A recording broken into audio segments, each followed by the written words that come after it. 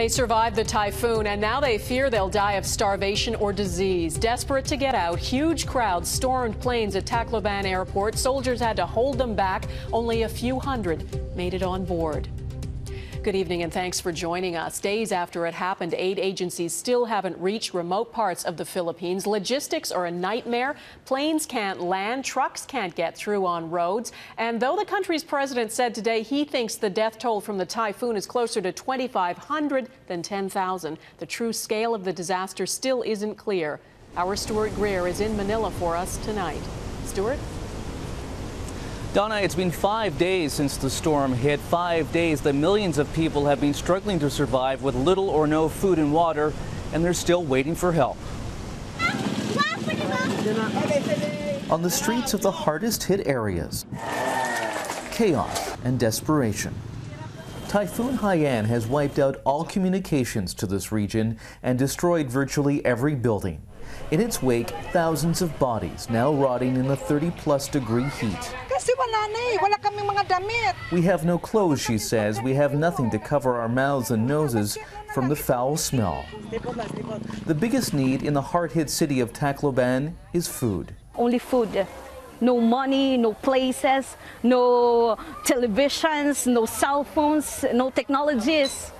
Food. We need food. 5 days after Typhoon Haiyan struck the central Philippines, still nothing to eat and no water for many of the 9 million people affected by the storm. Some residents are resorting to looting, scrambling through destroyed shopping malls and markets, looking for anything to eat. And today at the airport, mayhem, as desperate survivors scrambled to get out and authorities struggled to keep the situation under control. We've been here for so many days. Look at my children, he says. We have nothing to eat anymore. We did not die in the typhoon, but we will die here of hunger. Hospitals throughout the region are struggling too. There is a lack of supplies and lack of medical staff. They're resorting to collecting rainwater. We need generators because our laboratory is crippled. We cannot do anything without the power. With delays getting worse, there are growing fears of disease spreading. There's an extremely dirty environment, and those carrying injuries already are going to get sick very soon. President Benigno Aquino declared a state of national calamity and freed up more resources. Mayroong 18.7 billion pesos na maaaring gamitin. Canada, along with the U.S. and at least 20 other countries, are sending help. But widespread logistical challenges, coupled with the chaos on the ground, are preventing that help from getting to where it's needed. And aid agencies are saying that the security situation here is also growing worse, with the Army forced to shoot assailants that attacked an aid convoy today. Donna. And Stuart, today the president of the Philippines said the death toll may be much lower than first thought. Why is that? Well, maybe President Aquino was trying to reassure the nation, but he said an official may have been suffering from emotional trauma when he estimated 10,000 people died in the storm. Aquino says the number may be something more like only 2,500. But that may be overly optimistic because officials haven't been able to establish contact with 29 towns. And several lives also could be at risk because of the lack of medical attention and the lack of food and water. Donna. Stuart Greer in Manila, thank you. The world's response has been overwhelming. People are donating money. Countries are sending aid and personnel, including Canada. But it's all taking time. And as Stuart reported, that's exactly what people in the Philippines don't have. Christina Stevens looks at why mounting the relief effort takes so long. In the face of such complete, such widespread, such absolute destruction, help can't come soon enough.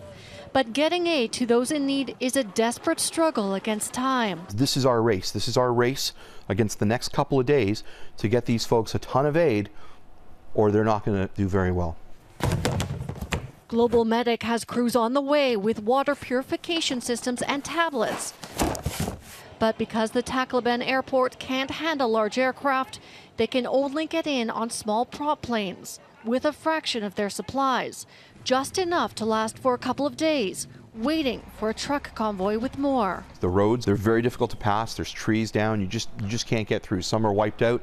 Some have landslides in. They're making this very difficult. The Canadian Red Cross is sending a field hospital to Manila tomorrow to be deployed from there. It's been really difficult because some of the hardest hit areas, people can't get access to.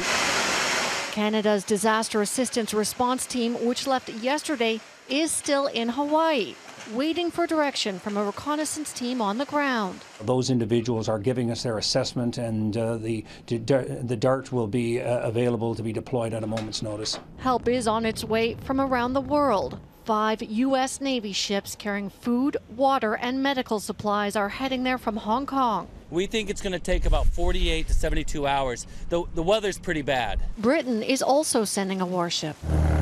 Some crews from various countries, including 24 medics from Japan, have made it to Ground Zero. But their numbers pale in comparison to the need. The UN has launched an appeal for $300 million to help relief efforts.